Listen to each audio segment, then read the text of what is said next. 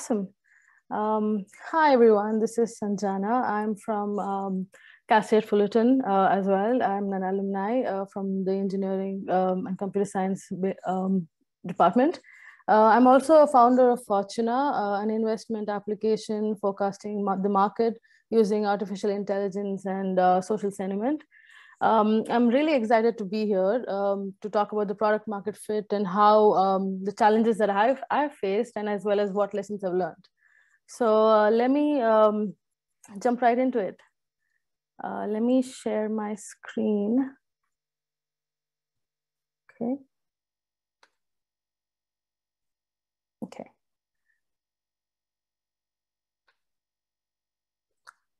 Awesome. So how to find the product market fit, right? So to give you a bit of a backstory of how this thought came across and how the talk conspired. So I started my startup last year, and during this entire year, I spoke to a lot of venture capitalists, fellow founders, as well as mentors, and all of that we agreed on. The one thing that we agreed on is the product market fit, the phase of it is the most underrated and the most ignored phase by founders. And today, the agenda is to address it and how to overcome that ignored phase and get right into it and get an amazing, successful business going. So the agenda is I'll let you know how to create a problem statement as well as evaluation of your idea and the niche audience that you want to find, as well as the PMF and MVP. So when it comes to MVP, people, usually non-tech founders, get really overwhelmed, intimidated with the coding aspect of it, the computer science aspect of it, and they say that, let me just hire someone to do this for me. You don't need to do that. You can do it without code, without any technical jargon. It's quite simple, and I'm going to help you with that, as well as if you should pivot or no. So let's get it. You know me. That's me. I'm a software engineer by profession. I worked at Thales Avionics and Sony PlayStation. Everyone's heard of Sony. It was really fun. I learned a lot of good things. I had large cross-functional teams, and that helps me right now in my startup journey, because I have the technical aspect as well as how the industry really functions in the business aspect. So for the problem statement. So when it comes to problem statement, right, the one thing that people usually do is, I have something cool in my head, some new technology. So let me jump into it and then find, I have a solution to break through, like suppose AI, artificial intelligence is the next big thing. I have AI, let me go search for a problem. That's not the right way to do it, because usually what we end up doing is not care about the problem so much and care more about the solution. So to avoid that, you have to have a problem and then find a solution, because everyone can come up with their own unique perspective of the solution, but the problem, understanding the user, empathizing with them is key when it comes to creating a problem statement. And when everywhere your founders, everyone you talk to, they always say, pick something you love, do something you love, find a solution for something you love. So founders usually assume that it's something to do with real world problems and hard-hitting problems like ending world hunger or solving homelessness. Yes, they are great problems, but it's quite abstract. So when it comes to that much of an abstract problem, you can't quite focus on a solution. So I suggest you pick a particular path for the homelessness, suppose, for example. So pick for an application to find homeless shelters or maybe providing food banks. So narrow your solution down so you can help them better. So the third thing is start with ideas. So start with ideas to give you a rough idea of what that is. It's something that you're going to be stuck in forever and ever if you don't get out of it quite fast enough. So target idea is some ideas that have been rejected by VCs constantly, by incubators, accelerators. There's no funding for you. Why does that happen? It's something, an idea that is seems very easy to solve, and you keep wondering to yourself, why hasn't it been done before? Like, why hasn't no one attempted this thing? It's so easy, it's such a big problem, let me just solve that. So one of the main things that keeps getting rejected in Y-Combinator, Techstars, and the likes is a meetup app. So you're thinking you're sitting at home on a weekend and thinking, let me just go out with my friends, hang out, let's see what events are going on. Oh, let me create an app for it. Let me create an app to, everyone will share, all of my friends will come onto that app, everyone will share the event, and then from there we'll see what to do. But this app is quite, I think it's been tried every year and it doesn't quite take off, only because there's multiple apps similar to it, as well as this, the redundancy keeps increasing with it, and the business potential is quite low. So this is one of the examples of top hit ideas. So something that seems pretty easy to do, and why hasn't it been done before? Think of it in a business aspect of it and how you monetize it, and it's quite difficult. So that's a top hit idea. And the last one, waiting for the perfect idea. I have been an example of that, because I kept waiting for a perfect idea, thinking, what else can I do? Let me just go out there and try to build a business and talk to people and just wait and sit on it. So that's not a good thing to do, because you'll keep waiting. You'll end up you'll not end up anywhere, because you think, okay, let me just wait for the VR buzz to fade away. Let me go into AR, something like that. So it's not a good idea. So to create a problem statement, all you need to do is empathize with the users and define, like I said, focus on the tiny goals of your problem, and then you can create the perfect problem statement. So the next thing is evaluation. So suppose you have the perfect idea and you want to evaluate it. How do you do that? If you haven't read it, I suggest you read Paul Graham's book. It's an amazing book for startup founders. He says, think of your idea as a starting point. Seems simple, right? But there's a lot of thought going into it. The first thing you need to do as soon as you get an idea, don't think of investing money in it, don't think of building anything. Just ask yourself these questions. How big is the market? You can go two ways. One is small market, and then it grows rapidly in the future. And second one is a larger market to begin with. So for example, Airbnb, it has a large market. A lot of people want to vacation. A lot of people want to use Airbnb as their lodging solutions. So it's countrywide. So it's a large market. And for a smaller market that can grow rapidly, an example of it is Coinbase. As you all know, Coinbase was founded in 2012. And back then, crypto was not that big of a deal, and there's no one using it. And now it's like a huge, gigantic organization, right? So you can go two ways. Ask yourself that. The second thing is there a competition to your idea?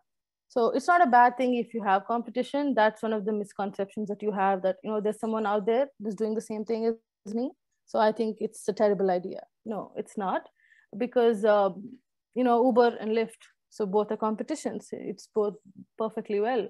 So ask yourself that if there's a competition, how are they going about it? What's different in yours? So that'll answer a lot of questions. The third one is, did this idea become possible right now? So there's new tech for it. There's also political news, bills being passed at the Congress, people using like Zoom. Zoom was not used at all, and the pandemic pushed Zoom everywhere. A good example of it is, I don't know if you've heard, but there's a startup called Checker that actually does background tests, background checks for all the delivery drivers, Uber drivers, DoorDash drivers, etc. So why did this come up? Before this, there were background check companies, right? So when DoorDash and Uber, all of them became really successful and people started using it, the need for human talent came in, and there's a lot of people, human personnel started coming into the market. and there was no other company doing background checks for this particular user data, right? So because of this, Checker thought this is a great thing, let me invent this, and that's how it became a really successful startup. So that's one of the examples. And the fourth one is this a proxy idea?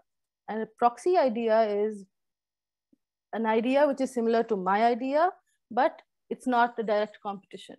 An example is different location, the same thing is happening, like Robinhood for Latin America, or Rafi, it's a delivery system in Latin America, as well as Swiggy in India.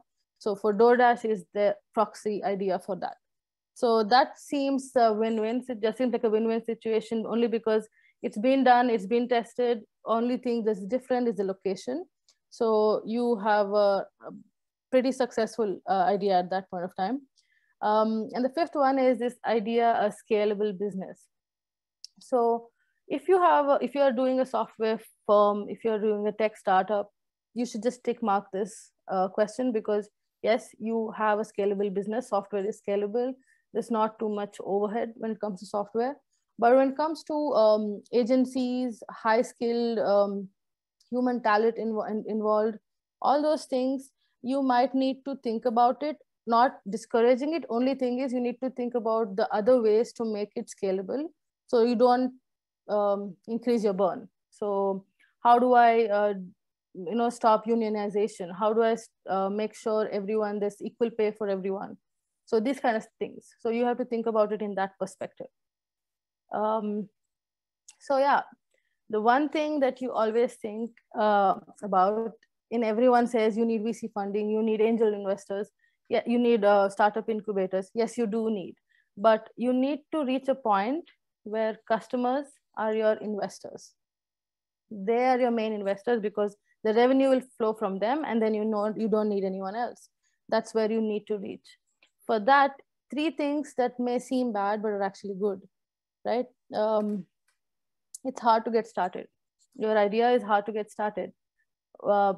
Oh no, it's too difficult for me to understand this. It's too complicated. No, it's a good thing actually, because no one else has done it, as well as when you find a solution to it, it's much more gratifying. For example, Lyft, because Lyft is like a large network in itself.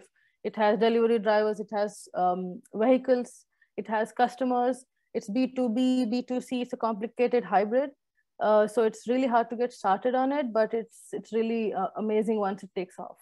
The second thing is boring space, right? Like, you guys might be business students out there and might think, like, all of you guys are thinking, okay, let me think something in the business angle, like taxing, accounting, or communications. So it's, some people actually did construction planning as well. So all this seem like a boring space, but it's not, because they are the ones that really make a difference in the startup arena. Like TurboTax. That TurboTax, everyone uses TurboTax, especially right now, it's tax season, right? So if you think accounting is boring, I'm not passionate about it because it's my work, but you should think ahead of that, because your work can be really interesting once it's a successful business. Then you might really find passion in it. And existing competitors, like I said before, Uber, Lyft, Credit Karma, and Zenefits HR payroll, like really, that's really boring when you think about it, but it can be a great business. So I've met many founders who have had successful VC funding, and who have some people who don't need VC funding at all, and they're really successful. And VCs keep calling them up saying, I'm going to give you funding. Do you need $2 million? I'm going to give it to you. So, but I don't need it. As a founder, I don't need VC funding always. So don't assume that VC funding, someone's got it, then it's a good idea. I don't have VC funding, it's not a good idea. That's not the case at all. All you need to do is find customers, attract customers, retain customers. That's the only thing that you need to focus on. So defining a niche audience. So what as founders do, and I have done this myself and I'm talking from experience, is think that I'm going to target a bigger audience for my product, and then I'll have more users, right? Win-win. I'm going to give it out to everyone from age 20 to 80, and then I'm going to use it. And I'm going to, launch it across all businesses, across the country. I'll get a lot of customers, but the retention of the customers is very low at that point of time, as well as the signups, because most of them won't be interested in your market. So defining a niche audience is a must when you are launching a business, especially at the initial stage. So if you haven't read Peter Thiel's 0 to 1, that's a great book. I suggest you read it because it gives you literally a guidance to, start your tech startup from A to Z. Literally everything is there. And if you know who Peter Thiel is, he's the co-founder of PayPal. He's one of the key investors in Facebook. He's a legendary startup guru. So you need to read that book. What he says is you should start small. So, and I think so too. Always start small and monopolize. Why do you need to do that? Because it's easier to dominate the market, right? So if you go ahead and start off, like, let's say, an instrument rental, the musical instrument rental app. So you can only target amateur musicians or artists who don't own musical instruments, or who have secondhand musical instruments. So that's a very easy audience to target, and you'll have users who want to sign up on your app to rent the instruments. If you go and launch that on a bigger market, you might not have that much of a luck. You can always so the one thing that founders usually mistake, thinking that I'm going to go reach out to my friends, to my family, and they will help me out as first users. You can't really do that because they're really polite and they want you to succeed.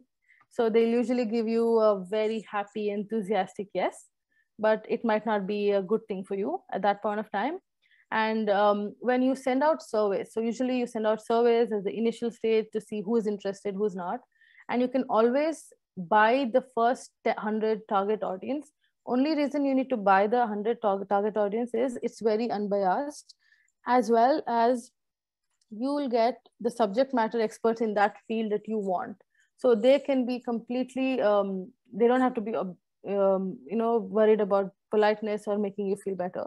They'll give you proper responses, and it'll help you in the long run. And I sent out for Fortuna, it's a fintech company. So I sent out a survey around in the late, like December 2021. So I put out all the information saying, do you like this? Do you like that? Do you invest in stock market? Do you use social media? All sorts of questions with a yes or no answer. And I thought I was like the greatest person ever because I got a lot of good responses. And then I realized that you can't ask them yes or no questions because your responses are usually one or the other, right? So you should always give open-ended surveys. So they tell you what their problem is. So the users tell you what the problem is and what their everyday scenario is in that particular field. So you can fine tune your solution. So that's one of the mistakes I have done. So I'm very particular about this one. Your criteria should be very specific, like age brackets, income, or when if you're launching something like dating apps. So social trends, social media usage, whatever that is. Like one of the main examples is Amazon. Like you all know, he started off as online bookstore, right? Why books? Why not cars? Why not bikes, right? Only because there's millions to catalog, and it's very easy to ship. And usually before Amazon, a lot of bookstores held rare books and manuscripts, and they were not huge sellers and they were not profitable for them. But on Amazon, because there's so many users for it, it generates profit for them and drew enthusiastic customers. So defining a niche audience is really important after evaluating your idea.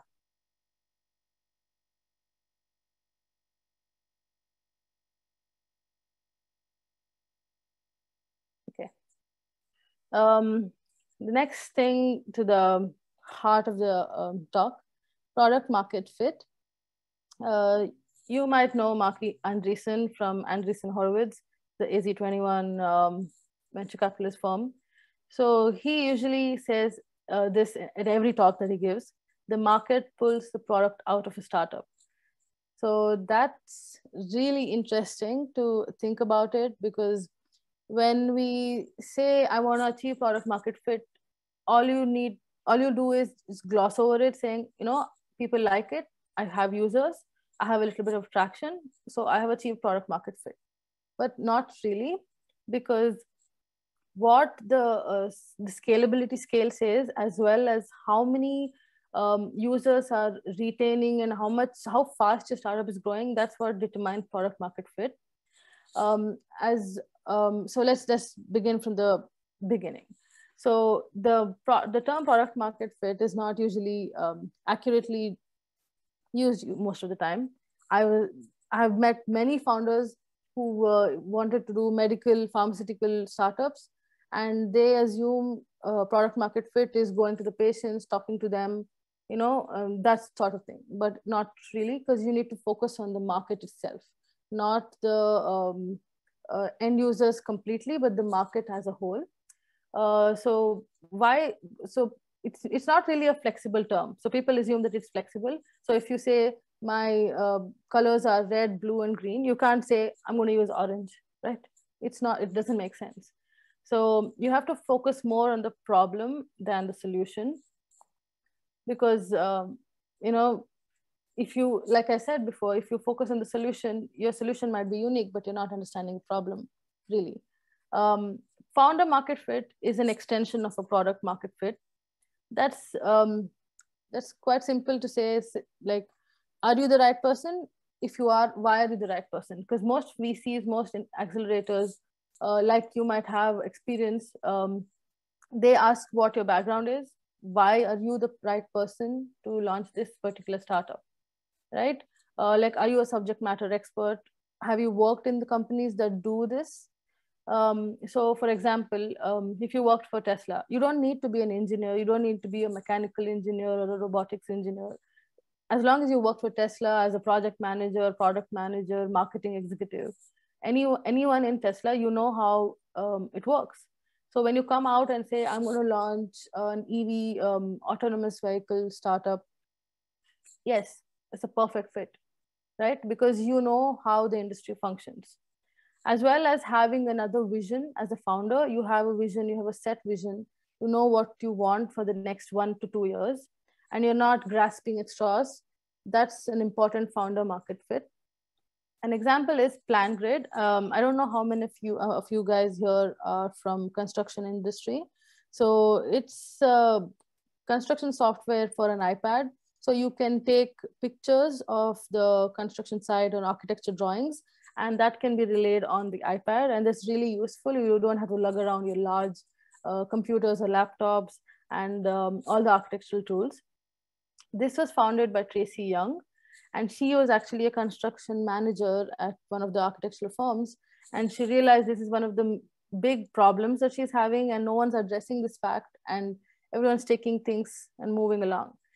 And she was not a tech person, so she's not into software. She has no idea what coding was, but she, like everyone else, will get intimidated. She decided to take a chance and hired another tech co-founder, and both of them together built this, and it became a really big success. And she's sold it as well recently, so that's a good success story as well. So for product market fit, all you need to do is conduct user interviews. So when you talk to founders or when you talk to VCs, all you hear is talk to customers, talk to customers. You need to really listen to them, because when you talk to your users, one user, two user, 100 users, make sure you schedule interviews with them, one-on-one meetings with them, video conference, even meet them if you can. So when you talk to them, you'll realize what your product is missing and what is amazing, because only then you can fine tweak and then change up your product. My first step is build a minimum viable product, so an MVP. Without a product, you cannot talk to your customers because you have nothing to show to them, to ask them their opinion as well. So to build an MVP, don't get scared to do this step, because you don't need to worry about the coding aspect or the technical aspect of it. Everything is simple at this day and age. So don't need to go out there and think, you know what, I have an idea, I have evaluated the idea, I have the initial interest in this idea, so let me go and hire a bunch of people, let me go hire, overpay some engineers, and say, you know what, let's, you build this app for me and let's go to market. Don't do this, because you need to stay lean at the beginning stage, especially at the pre-seed round. You don't need to hire engineers. Engineers don't come cheap, right? You know this, you might have experience with it. 100K, 120K is their minimum asking salary at the start for a startup. So do you really, ask yourself this, do you really need to staff at this stage before you have users? Can you afford to do that? Can you take some VC's money or your own money, you get a loan, you ask from family, friends, can you afford to do that? I don't think so. You need to think about the cash flow. And a common misconception is, you know, my friend who's a founder got a VC funding, so he has a product market fit. No. If you know Justin TV, that was Twitch, that's acquired by Amazon. So their founders started off as a completely different thing. They had almost 200 users, and they were generating revenue as well. Before it was Justin TV, like online video podcast system. And they thought they had achieved product market fit because they had a lot of users, traction, but it failed after 1 year, only because they did not know what the users needed exactly. So don't get, don't fall into the trap that everything's working fine, so I've achieved product market fit. So the last thing is, you need to justify, it may seem harsh, but you need to justify why your company deserves money. If you can explain this, you can answer this question, then you're there, because you can be your worst critic as well. So you should ask yourself this and talk to brainstorm with your founders and your team, so that then you can understand what product market fit is actually. So yeah, avoid overhiring, office space rentals. People usually go and rent office spaces, equipment, sign leases. You have five employees, so let me just go. They need this. Let me give them perks. Let me make them stay in the startup. No, you cannot do that. Even though if you are in Silicon Valley as well, okay, this is the norm. Google does this, Microsoft does it. Let me do it. You can't do that, because you got to stay lean. That's the key thing. You have to focus on frugality at the beginning of the startup. So yeah, this should be your timeline. This should be your gospel. Remember this. Keep doing it. I've been doing it from the past 1 year. So you need to build your MVP. You talk to your customers. Create version 2. Change it up. Talk to your customers. Create version 3. Create version 4. So every step of the stage, talk to your customers, talk to your users, fine tune it, come back. So launch quickly, iterate. This should be your tagline for your entire next 2 years. Until you achieve Series A, you should continue doing this, because, and after that as well, you never know. So yeah, so tools to build an MVP without code. This is the guide for you if you are not a tech person. Suppose, and this is just the overview of it. There are many more which can help you out. So bubble.io, you should totally look it up if you want to create web apps without code, and they're interactive and for multiple, like suppose you're doing a restaurant reservation app like OpenTable or something like Yelp. So you should totally use that, because it's multi-users. It can handle traffic at the beginning stage, as well as interactive with no code. All you need to do is follow prompts and maybe a little bit of design experience to understand what your UI should be. And Thunkable, for people who have some tech knowledge, and you don't want to go into back-end coding and go into hardcore coding because you don't have time for it, or you might know only the basics of it, you should totally do this. It's for only mobile apps. So native mobile apps only with your basic HTML, CSS. You don't need to do the backend as at all. And this one is Core2IO. So when you build, so suppose like something, if you have used Datadog, New Relic, so large analytical software companies, you need to automate workflows. So as well as, so suppose you have a fintech app like Coinbase, and you want to integrate all sorts of assets to it, and you have to integrate the workflows, you need to use this because this will automate everything for you. It's an amazing app. I have used it myself. UiZard is nothing but UI wizard. So if you have used Figma Sketch to show your VCs right now, you might have told them, I'm going to give you a product in a month or two. You should totally go for this, because when you upload your prototypes or sketch files on them, they'll generate the application of mobile or web for you. So you don't need to worry about going to hire an engineer. Like I said, you got to stay lean. Don't hire someone until you really need to, until you have customers. And for you to get customers, you need to build an app. So it's like you might think it's a vicious cycle. It's not, really not. The next one is Capic. So suppose you guys are building something like Pokemon Go, like Niantic. You are interested in something with VR headsets, VR, AR games, video games. So you don't need to look any further. You don't need to know coding. You don't need to hire a graphic designer or a VR pro. You can totally go to Scapic and create all the experiences with no code. Airtable, you have a running system. Somehow maybe you're using 5 or 10 different frames, and you patched up all your product in one. My dear friend she's not a technical co-founder, and she has an amazing network of 10,000 people, which is a fintech for women. So she's a woman startup founder.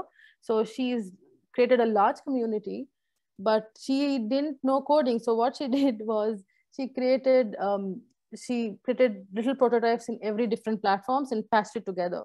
So the one thing missing here is the database. So how do you store data? You have 10,000 users and their data and their information and the crypto assets, all of this verticals.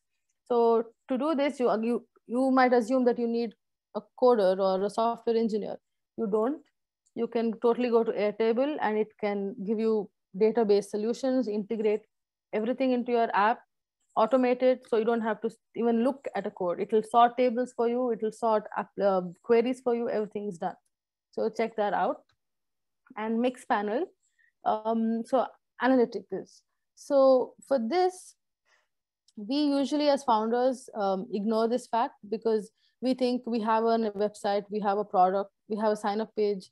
So let's see how long it lasts. I don't know how many people come. I don't know how many people are using, because I've already spoken to some 20 users. It's going great. I'm getting $5 a month. I'm happy. But you need to focus on analytics, because you need to track customer interaction. You need to track what they're doing, for how long they're there, what's happening, are they interested, and if they're interested, which part are they interested in. So all these you need to track, and you have to collect a lot of data. For this, the easiest option is Mixpanel. There are many more like this. So if you're a bigger firm that has maybe like 50 employees or 20 employees, and who's in midway right now between pre-seed and seed, so you can usually look at Datadog, New Relic. So they have customized dashboard for you, so you can totally look at your data and how your data points are interacting as well.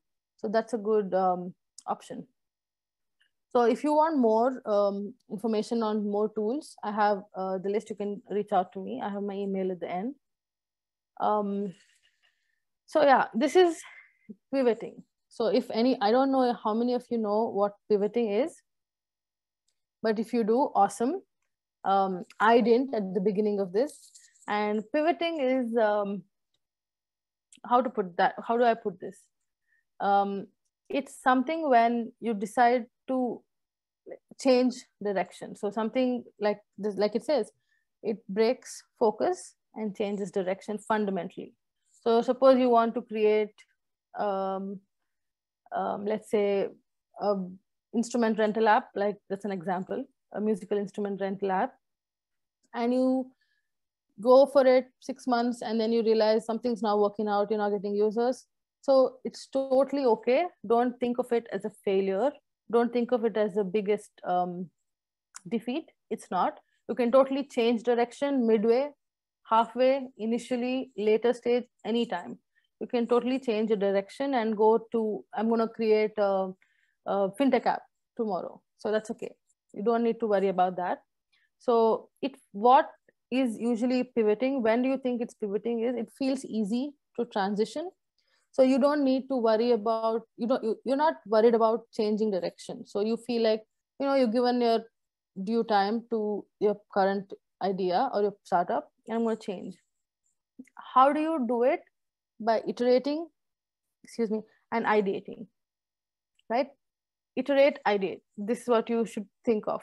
You need to ideate your new idea, whatever that is, and try to do the same thing like we spoke about: evaluation, finding a niche audience, product market fit. And it doesn't work out, you can totally change. It's like no one's telling you not to. Why should you do it? That's pretty important.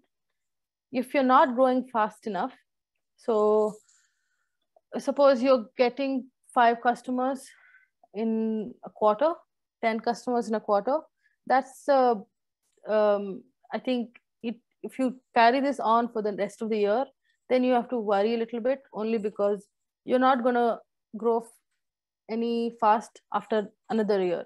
So one thing you should remember is, if you're not, a startup is a startup if you're growing very, very fast, if your growth is exponential.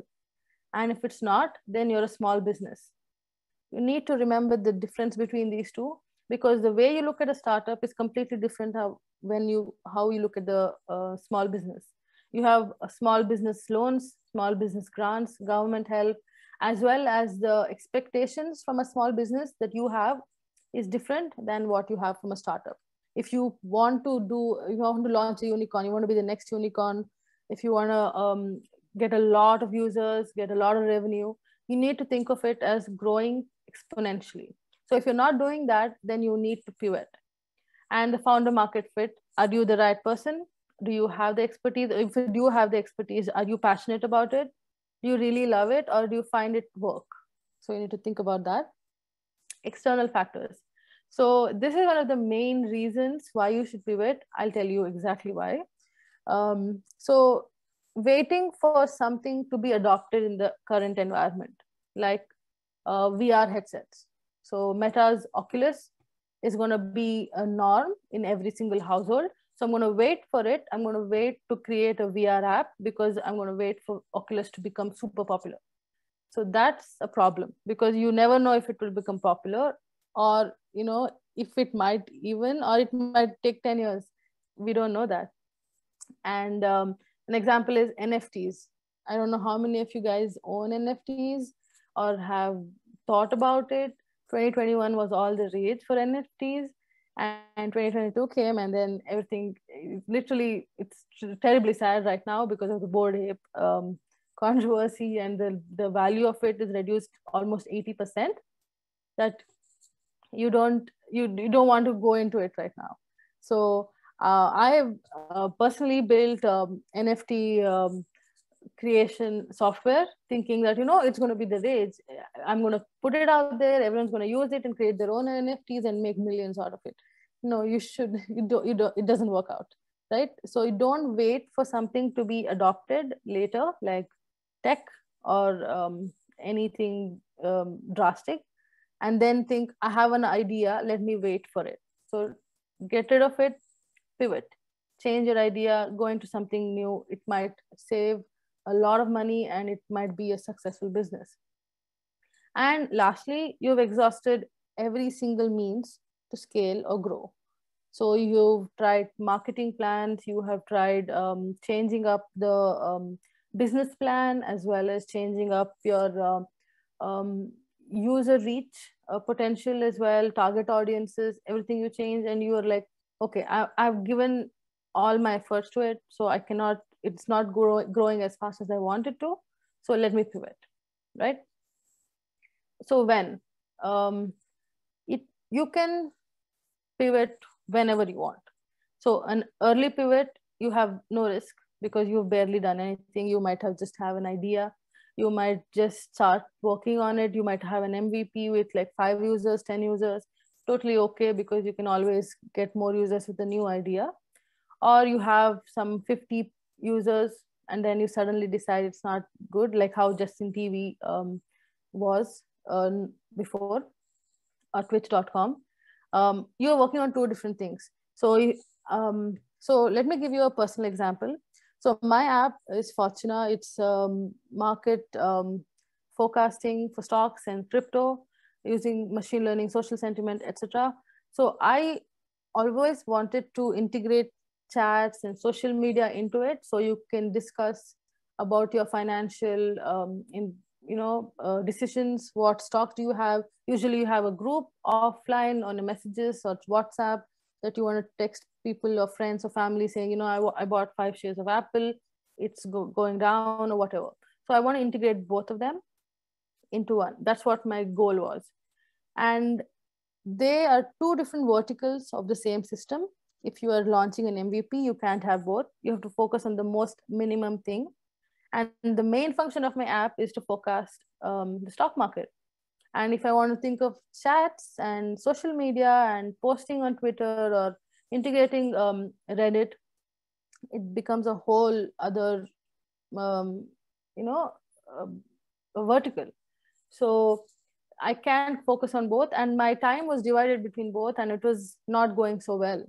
So, that's when you just need to decide, I need to pick a path, and then I can keep this as a future future addition. If I get more users, if there's a lot of traction, let me add the chat thing, because my stock market forecasting is completely working. It's accurate. People are using it. So that's one of the example. You don't want to work on two different things. You want to give your complete attention to one. If you are working on two different things, you need to pivot. You need to pivot, not completely differently, completely new idea. You can just have to pick one. An employee count doesn't matter. A good example of this is, I don't know how many of you know this, but Slack was called Glitch before, and it was a video game. It had 100 employees. 100 employees for a video game called Glitch.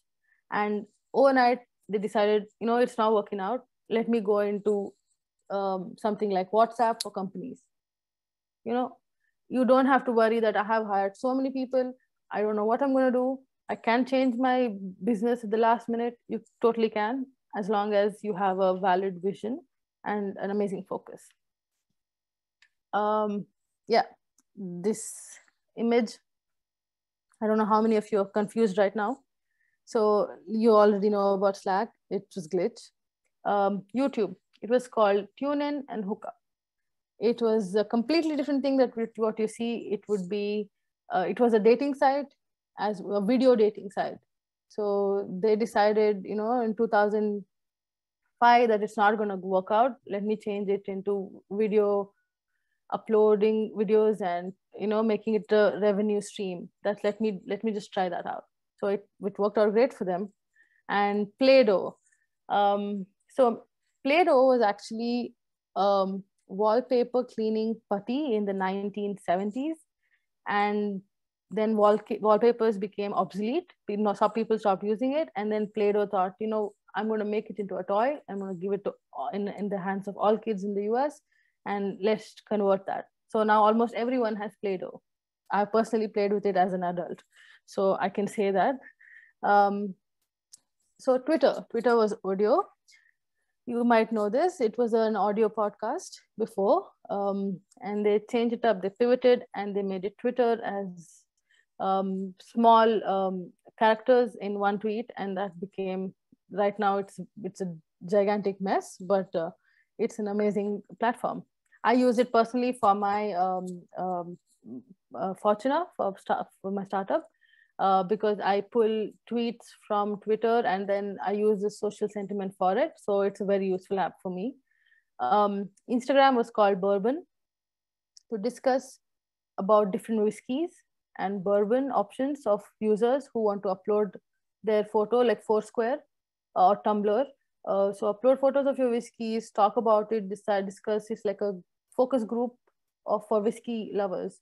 But they decided that it's not scalable enough because it can grow only so much. So they decided to make it a photo library app, and that made wonders, right? So yeah, so this is the talk. So to conclude, you need to launch and iterate constantly. You need to talk to your customers.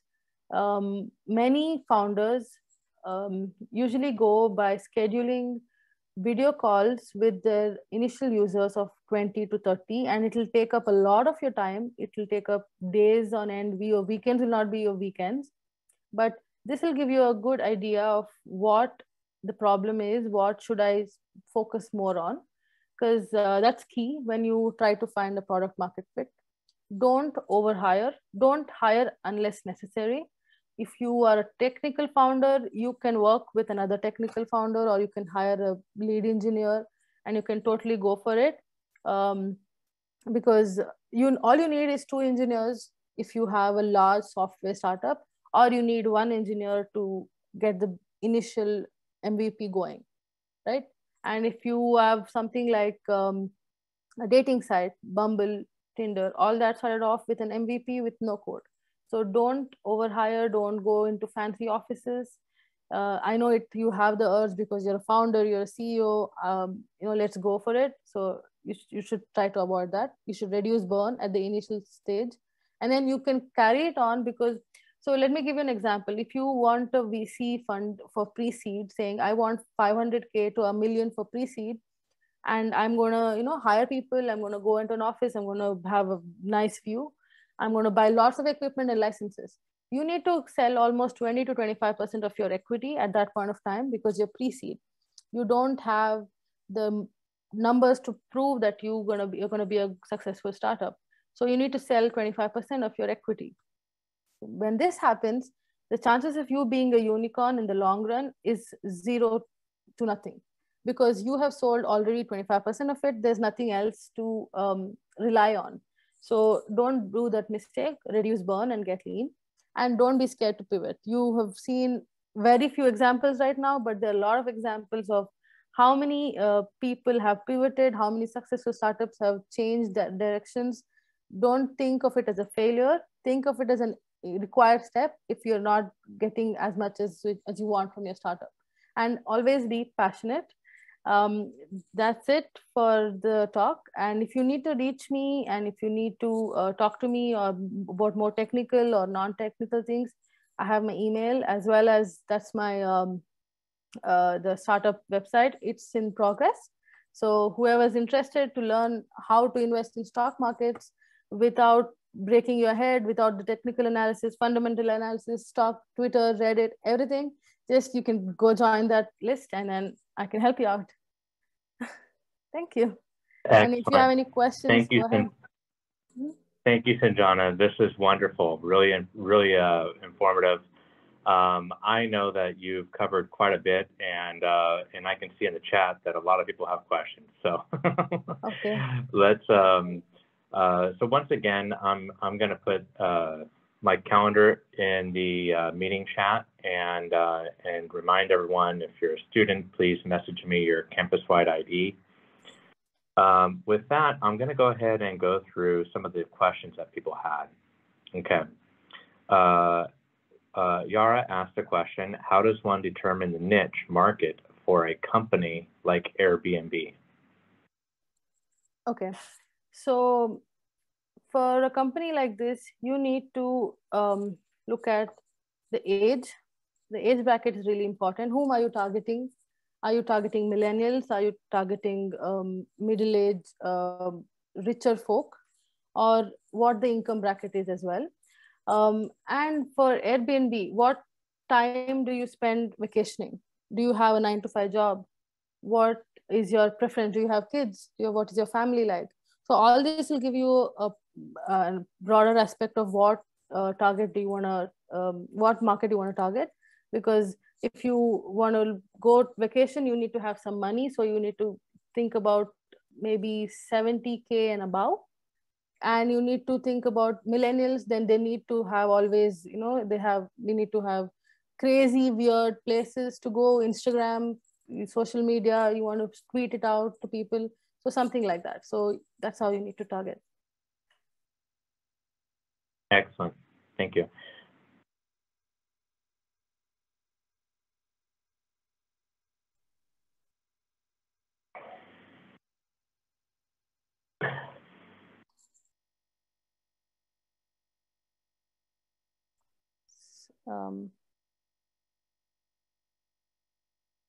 So shall I read the questions myself?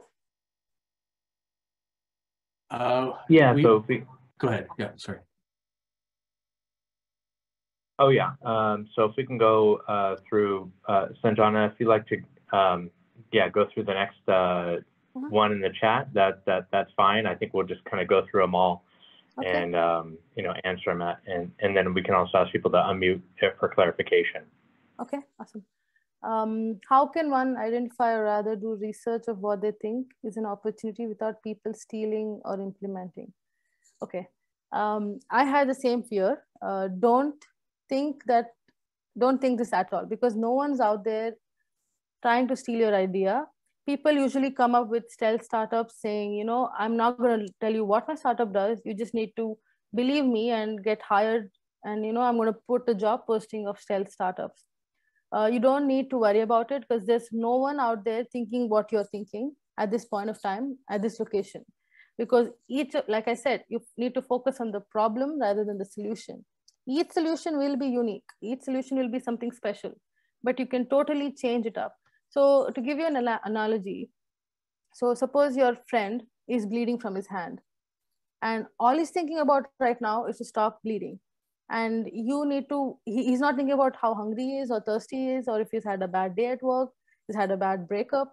He's not thinking about any of that. He needs to stop bleeding. And if you hand him a band-aid, he's going to put that. If you hand him a cloth, he's going to put that. If you hand him a plastic, he's going to put that. So it doesn't matter what, any half-baked thing, any half-baked solution that you give out for a problem in the initial stage, people are going to accept it. So all you need to concentrate on is you need to find a problem that is so dire that people will just take any version 1 solutions at the beginning stage. Then you don't need to worry about the solution. So like I said, don't worry about stealing. You just need to put out a rough abstract of your problem. You don't need to give them exact technologies, exact algorithms, or your methodologies. All you need to do is give out an abstract problem to them. That answers your question.